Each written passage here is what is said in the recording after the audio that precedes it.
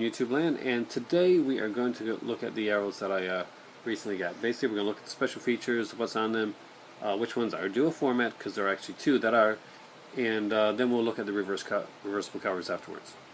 So first up is the movie by Brian De Palma, The Fury, starring, of course, Kirk Douglas and John Cassavetes. I think Andrew Stevens is the son of this one as well. And of course, we have Charles Durning, who shows up in a few of the De Palma films.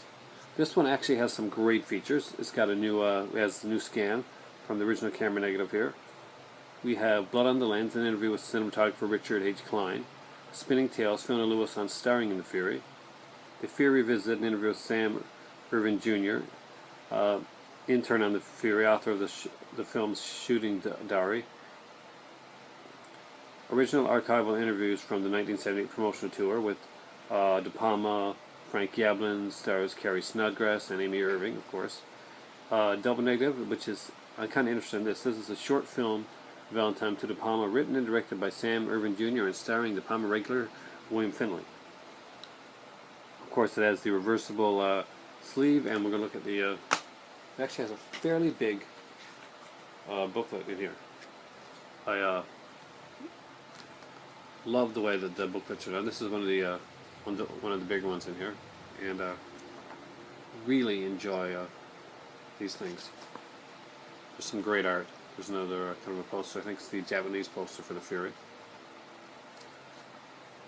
So it has some great stuff in there. We'll look at the reversible cover afterwards. The stuff is another great one, and it has one main feature that I really wanted it for, and it's called Can't Get Enough of the Stuff, which is a 52-minute documentary on the making of the film with talks to Larry Cohen, of course, the writer, producer Paul Kurda, actress Andrea Markovici. I hope that's pronounced right.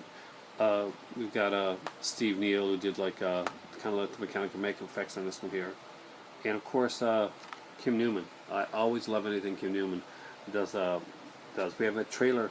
I think it's probably from trailers from Hell Things. Does an introduction and trailer commentary by a fan of the stuff, who is Darren Bozeman, and that's the guy that directed Saw 2 and 3, and among other horror films.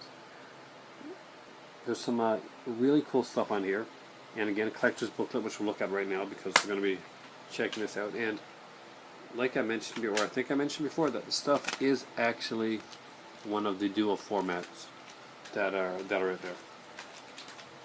It's a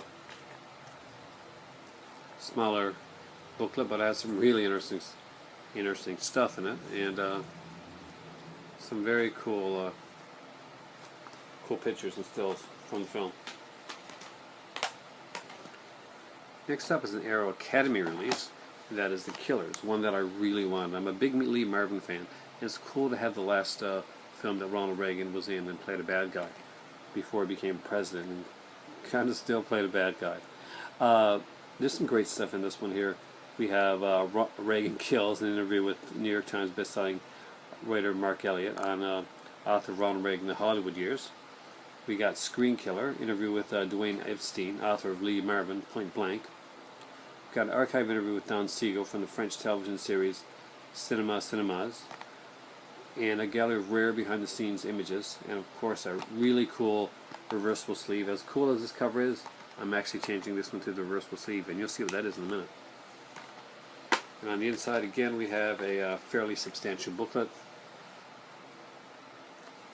Some really great stuff. There's some great interviews in here that I'm really looking forward to checking out. And just an amazing film. I love Don Siegel's work. And good old Reagan being mean and evil. And last but not least, we have King of New York. I left this one for last because this probably has the most substantial of all the features. This is one that really impressed me. And right away, I gotta say, I did not know this, but it is actually a dual format one as well, so that's extremely impressive. I love the film King of New York, by the way. It's an Abel Ferrara film, and I'm a huge fan of Abel Ferrara. Miss 45 is one that I desperately have to get. So I'm going to get into the features on this. Now, one thing I got to say before I go on is the feature that I neglected to mention on the Killers is that this actually has two different versions of the film, because the Killers was originally done to be like a television film, but it was too violent. There's too much in there for this to actually like make it on TV. So they actually have the 137 and the 185, I think, ratios of the film on here, so you can like choose either the one that they showed in theater or the way it was originally shot for television. So you get both versions of the Killers in this one here. Very cool. This one here is loaded with features. We have, like, of course, there's always a versatile cover art and the collector's booklet, which we'll get into in a second.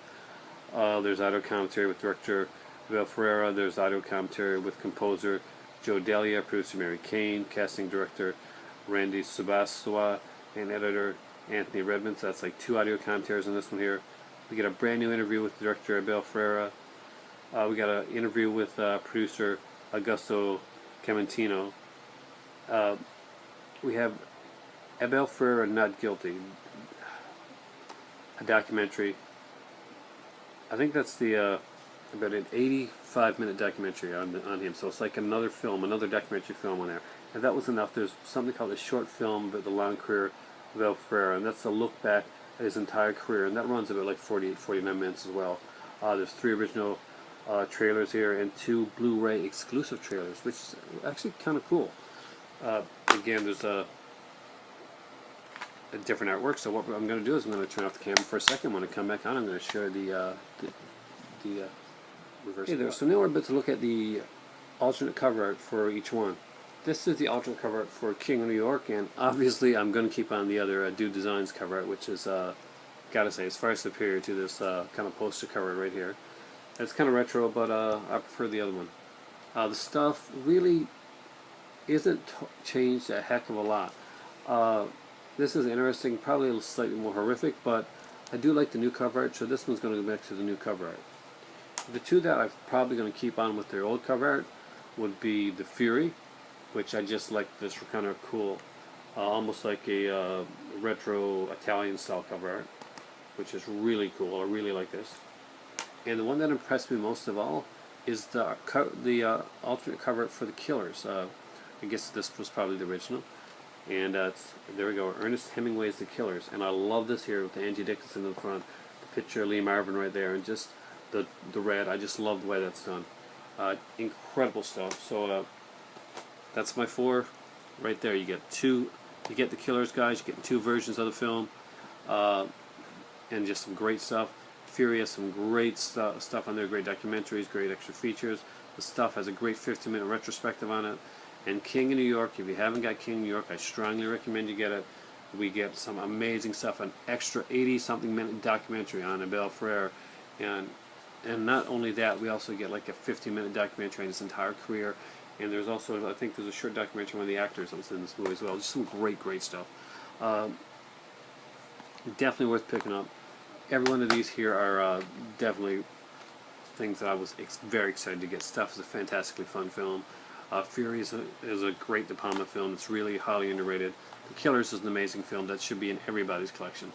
And King of New York is highly underrated. So thanks for watching, guys. And for me right now, it's time for tea.